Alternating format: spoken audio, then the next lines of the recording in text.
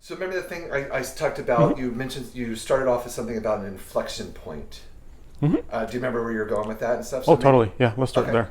start with Yeah. that.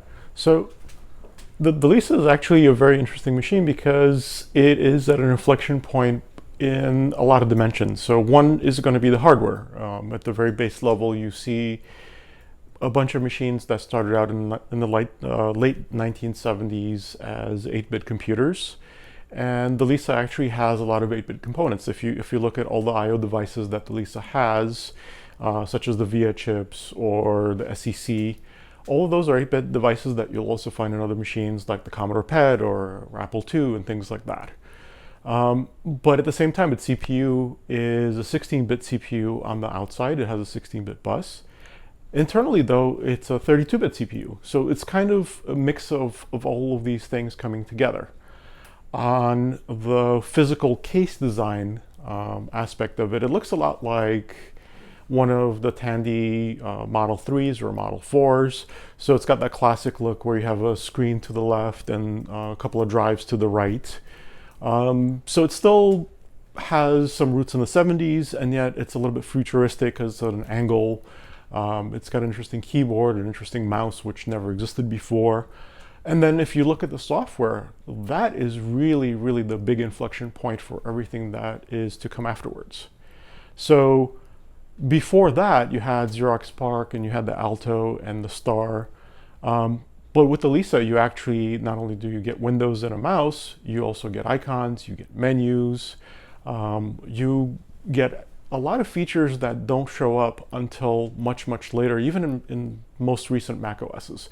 Things like soft power buttons, where you tell the machine to turn off and it's controlled by software, and it actually cleans up after itself and it remembers where its folders are, what documents you had open, and it puts things away, and then when you turn it back on, it puts everything back where it was. So you turn it back on, you have your state. And there's a lot of software today that doesn't have that and didn't have that until recent years. Even if you look at recent Mac OS as far back as 5 years ago, it didn't have that, right?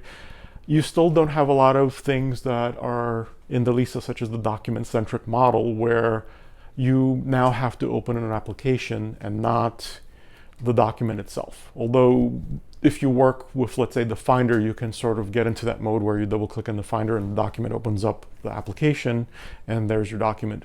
But with the Lisa, it was really more about your document and not about the application itself. End users didn't care about the apps. That came later. So it kind of became the thing that was left behind. It was a kind of a shameful thing for the developers at some point where they were mistreated. And if you worked on the Lisa project, you weren't part of the cool team. And if you worked on the Mac, you were. But then all those seeds of that technology made themselves available to the Mac and then took off from the Mac and forward. And of course, there was some, back and forth between the Mac and Lisa team where Lisa Graph became Quick Draw and it got rewritten from Pascal to 68,000 assembly and then made its way back into Lisa OS 3.1 in assembly. So, there was still some dynamic there between the two, but really what had happened was people forgot about the Lisa and moved on to the Mac. And obviously there was some competition from Microsoft. Although if you look very carefully at the first versions of Windows, like Windows 1.0 and 2.0, not 3 and above, Microsoft didn't copy the Mac. It really copied the Lisa. So there's a lot of stuff about that magical moment where Steve Jobs asked Xerox PARC to sort of open the kimono, as it were, and see all the secrets, and then they stole everything that they had. Well, that turns out not to be true if you're a historian. It turns out Apple actually paid for that visit and that technology.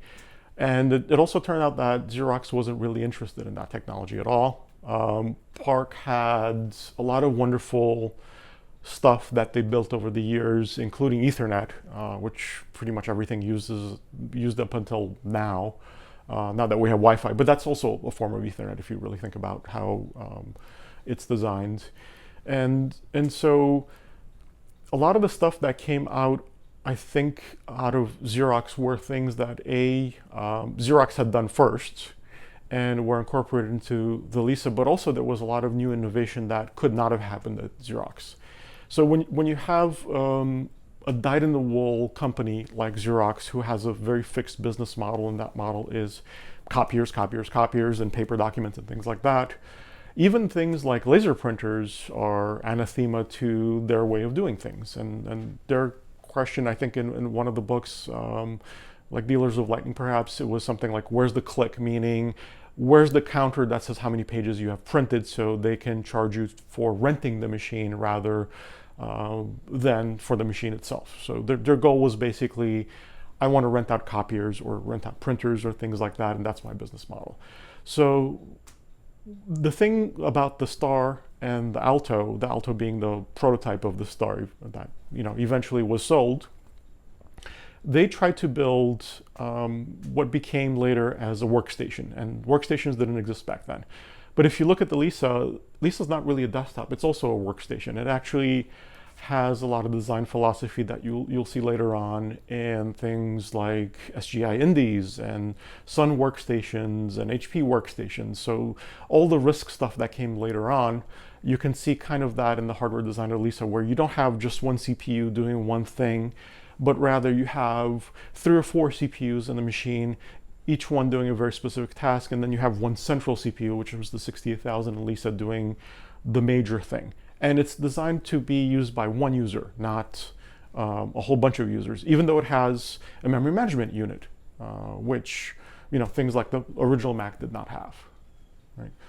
So I think a lot of stuff did come from the Star. However, some of the stuff was lost, like maybe Smalltalk was kind of put to the side. Although Apple did eventually have a Smalltalk for the Lisa, it was kind of not pushed to the foreground.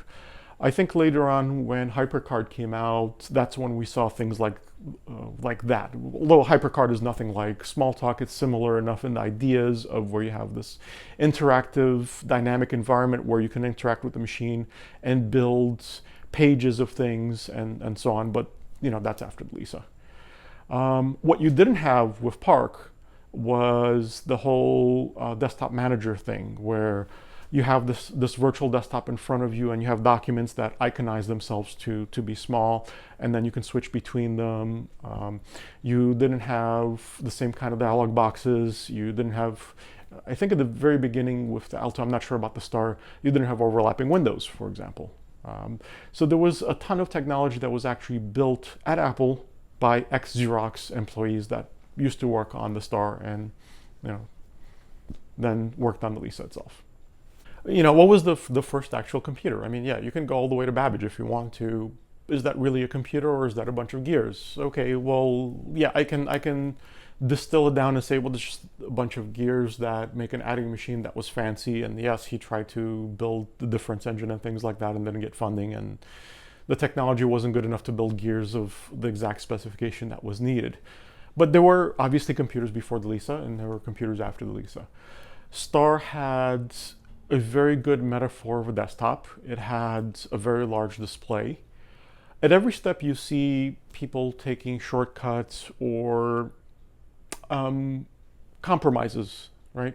So the Star had a full screen display that could fit an entire page. That was perfect for editing, a word processing page, or even later on a spreadsheet, although it was vertical. Whereas the Lisa had half a page, and the reason that was done is because memory was prohibitively expensive, and even to the point where you look at a Lisa, it shipped maybe with 512K of RAM, and then the original Mac came with 128, and then that was its downfall because you had to do so much floppy swapping since it didn't have enough memory for what it was trying to do, and the screen was so much smaller compared to the Lisas. So because of all those compromises, lots of technology that was in the previous instance of the thing did not make it to the next one. And then later on, somebody scratched their heads and said, either I have this brand new idea, let me implement it, and it turns out to be an old idea that they didn't know about, or they remembered something back from the first one that they brought to the second one. And that happens a lot in technology, and you see things going back and forth quite often. So yeah, Apple had this stock of Lisas that they didn't know what to do with. They didn't want to support Lisa OS anymore. and they wanted to shift everything to the Mac, so they somehow ported Mac OS to this quasi emulator, which it really wasn't an emulator. It was more of, let me set up the MMU in a certain way so it matches the memory map of the Mac, and let me take this stuff that's in ROM on a Mac and turn it into something that I load in the same memory spaces on the Lisa, and then voila, you can run Mac software on a Lisa. It's slightly slower speeds, but hey, you get a much bigger screen, and it's much nicer. You don't get the sound, but it's a much nicer Mac than the Mac 128, certainly. So yeah, I think technology works in waves, and I think some ideas, kind of like memes, tend to pop up everywhere, even spontaneously. It's very common for two people to have the same idea at the same time, and you can see that with the invention of the telephone and with the invention of the radio and things like that. It's not necessarily that these people copied each other or talked to each other. It can happen spontaneously everywhere. Although clearly in the case of PARC and Apple, there was a lot of technology transfer that was purchased by Apple, and then people that came from there that had newer ideas once they were at Apple and interacted with the other developers on the Lisa team and on the Mac team, and they came together to build this thing. Yeah, ideas come and they kind of like escape out into the wild, and people work on them for years. The ideas out into the universe. Yeah, yeah. She always talks about. She said once you have an idea, it goes out into the universe. I think there's some truth in that, although it may be more to do with the timing of the thing rather than telepathy. It's more of like the world is now ready. Now that you've seen this technology and that technology, this is the next logical step. We don't have this thing yet, whatever this thing we're trying to build. Yeah. And yet lots of people have the idea that, okay, I've seen A, B, and C. Obviously D is next. I don't know how to get there. So I'm going to spend a lot of cycles building things that lead towards D. And then eventually I'll be the guy that makes D, and I'll win the prize, right? Right. A lot of times that works out, and a lot of times it doesn't work out. And the Lisa, and I think the Newton's a good example of little too soon. Yeah. Maybe a little too obviously soon. Way too soon. Like, the goals are great, yeah, reasonable, but a little too soon on trying to implement everything. Well, both the Lisa and the Newton were way ahead of their time. I think if Apple, by some stroke of, let's revisit history and rewrite history, as it were, right? Like we do in sci-fi all the time. If you had the ability to go back in time and somehow Apple built their own chip factories and built their own RAM, because RAM was really the limiting factor of Lisa, right? It was so expensive that $10,000 really didn't go for a lot of the things that were in the hardware other than the memory. Memory was the limiting factor in all of these things. Even the reason the Mac was so limited was memory. If there was a breakthrough, let's say in the 70s, where RAM chips had a much higher density, or if Apple owned their own fabs and could, take off the 50% or 30% surcharge that they had to pay a manufacturer to buy those CMOS DRAM chips from, probably they would have had a better time with the Lisa, and it would have had a lot more success. Obviously, $10,000 in 1980s money for a workstation for class of machines that did not exist was a huge stretch. And again, we don't see workstations until the 90s, until Sun came out with them.